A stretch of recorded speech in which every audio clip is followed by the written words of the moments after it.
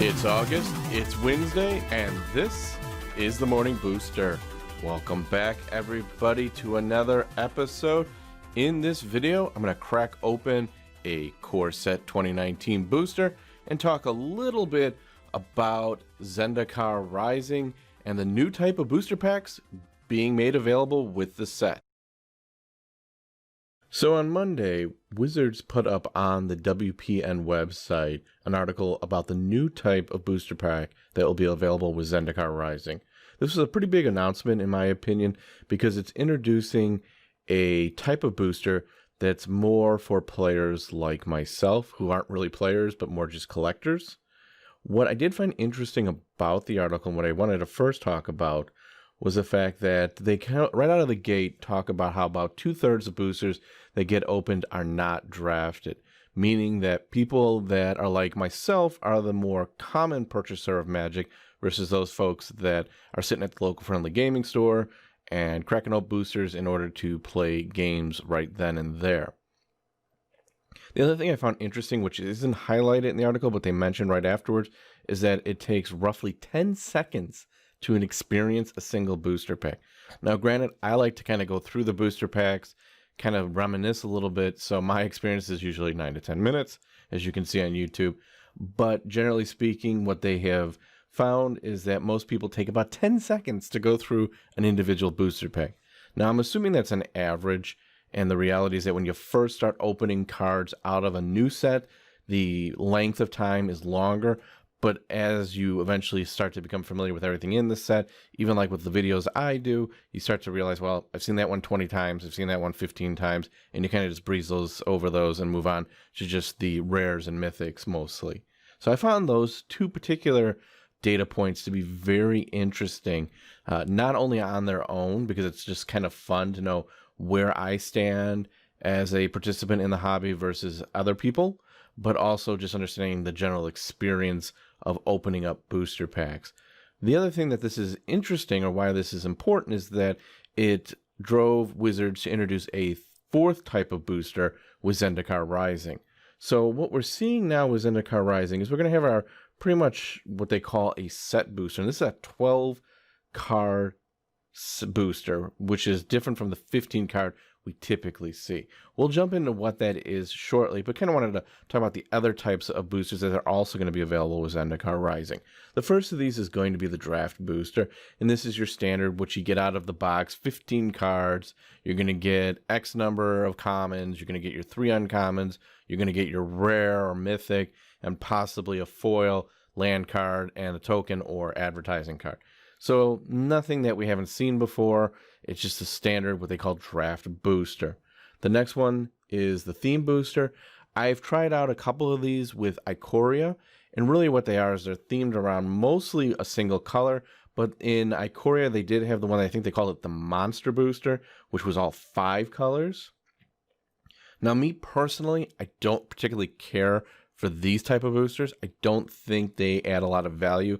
As a collector, you get a lot of commons, you might get some more uncommons, but then on the back end, you're only getting 1 rare out of the booster. And these run about $7. So when you compare it against the standard 15 card booster, which I'm picking up for around 3, I can get almost 2 to 1 in terms of the standard draft booster versus the theme booster.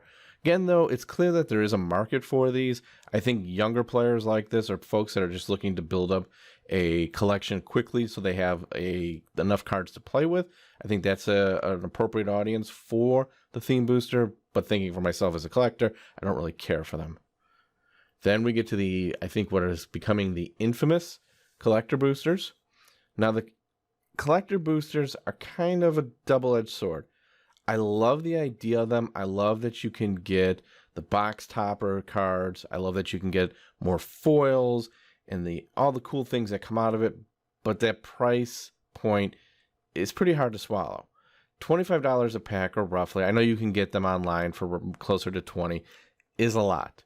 Now, the collector booster market has also been interesting because Ikoria was a huge hit, I think primarily because of the Godzilla cards, whereas the previous 2 sets were mixed. I think the one prior to Ikoria was actually considered a flop by most. And you can actually get those boosters now for under $20. I've seen them as low as $17.50.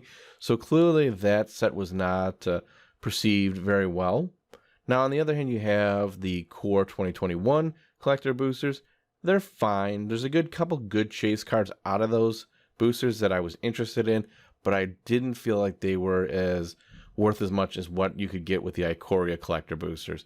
So it'll be interesting to see what they do with the Zendikar Rising collector boosters. I wonder if we're going to get to the end of this phase of booster card types, or if they're going to continue after Zendikar with more collector boosters. It just feels like this might have kind of reached its plateau, and it's going to be having a diminished return going forward. But I could be completely wrong. I am not an expert on this market at all, but that's just kind of my initial impression right now. So that leads us into this new type of booster, which they call a set booster. And one of the things that they're talking about with the set boosters is obviously that you're getting only 12 cards versus the 15 in the collectors, but this is more tailored to those folks like myself. So you're getting what they're saying is the extra bling. So every single set booster will have a foil in it. So that's good. And I understand that if you are looking at collecting Magic from a financial standpoint, the foils are better than the non-foils. But me personally, I've never had a huge opinion. I've never been a big fan of the foils. So it doesn't really matter to me if I'm getting an extra foil or not. Yes, again, it adds value to the cards, but not enough that I get overly excited about the fact that, ooh, every set booster is going to have a foil card in it.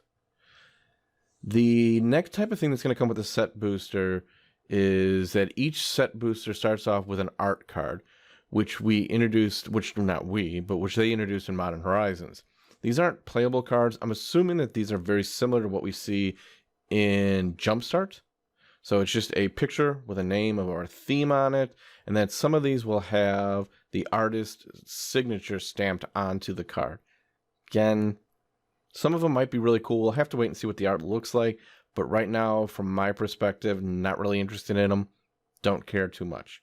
With that said, this is where we start to see where the set boosters are really going to take off. And that is, in each set booster, you'll have a string of commons, uncommons connected in some way. So the example they get is that you might get a string that's goblin themed or unicorn themed. And in that case, the cards will all have some type of synergy or commonality across them. So that's kind of fun. So as soon as you get that first card, you can go, oh, look, here's what's in here. Now, I was hoping for slivers. I don't think slivers are going to fall into this set, but it'd be cool to see that sort of thing. The other big thing about the set boosters is that there are going to be more rare cards within the set.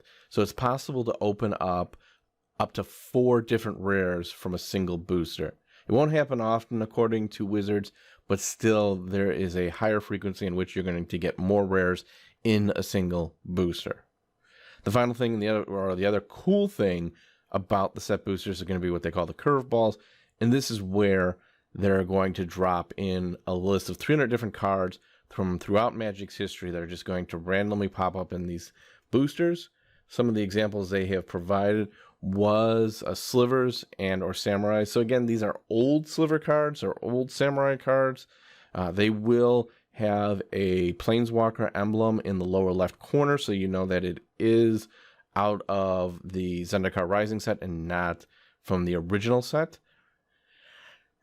I'm excited to see what's in there. Some of the things are going to be pretty cool. Since they are true reprints and not new versions of the same card, say like Mana Vault, we have the new version with Double Masters. I'm not as excited about it, but it'll still be kind of a fun trip back. It'll tickle the nostalgia bug, I guess is what I'm trying to say, versus where I'm going, ooh, I'm collecting these for the new art. It's more of a, hey, I remember that card. I have fond memories of that card. So I think there is some value there with the set boosters as well. But with that said, why don't we go ahead and open up today's booster, a Core 2019 one.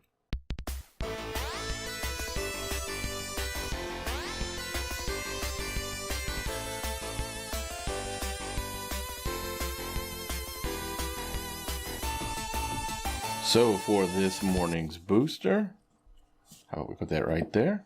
We're starting out with Tormenting Voice. Dwarven Priest. This is another theme that I'm starting to consider for a casual deck between me and Z. I don't know if there's enough dwarf cards across the more recent sets that I can pull off a playable deck, but I've seen enough of them now that I start to question whether or not it's an option. It might be kind of fun. So this one here is 1 white, 3 colorless. When Dwarven Priest enters the battlefield, you gain 1 life for each creature you control. So this actually might work very well with my current white soldier deck, only because that's built on the idea of generating health constantly as I play the game, or life, excuse me. So I might be able to use it in that deck if I'm not able to build or put together a dwarf themed deck. Next up, we've got Cancel. This is simple instant counter target spell. Elfish Rejuvenator. Macabre Waltz. Gearsmith Guardian. Druid of the Cowl. Love the artwork on this one. So this is 1 green, 1 colorless. Tap to add 1 green. Smelt. Destroy target artifact. Lich Caress. Destroy target creature. You gain 3 life. Ooh, it's got a hefty cost, though. Gallant Cavalry.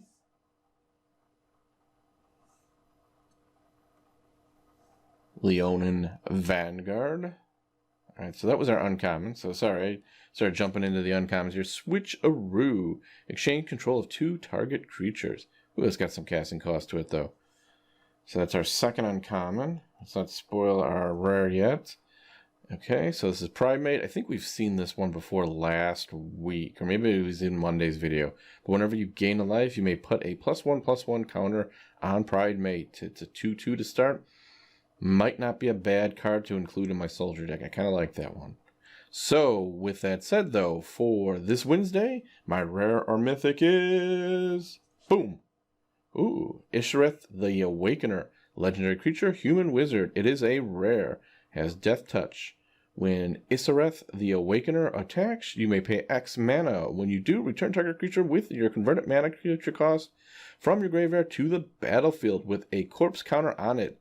If that creature would leave the battlefield, exile it instead of putting it anywhere else. Interesting. So it is 2 black, 1 colorless, 3/3 creature. Right now you can see the value of the card on there, so I don't really know much about this particular card, but it's a pretty interesting one. After that, we've got a Plains and a token. So for this Wednesday, we did get a rare to add to my 2019 set. But I hope you enjoyed this video. If you have any questions, comments, or feedback, leave them on down below. If you are enjoying the Morning Booster, please hit that subscribe button. Once I get to the magical 1,000 subscribers, I plan to crack open one of those. I have some of them hidden away in a bin that I completely had forgotten about. So I figured once I get to 1,000, I'm going to celebrate by opening up a Zendikar Rising booster. Not a huge deal, but it is when they've been sitting in the bin for over 10 years. So got one of those just to kind of show people. But again, if you do like it, if you do want to see me keep opening up these boosters and just rambling about Magic, hit the like button and subscribe. Otherwise, and as always, thanks for watching. Till next time, everybody.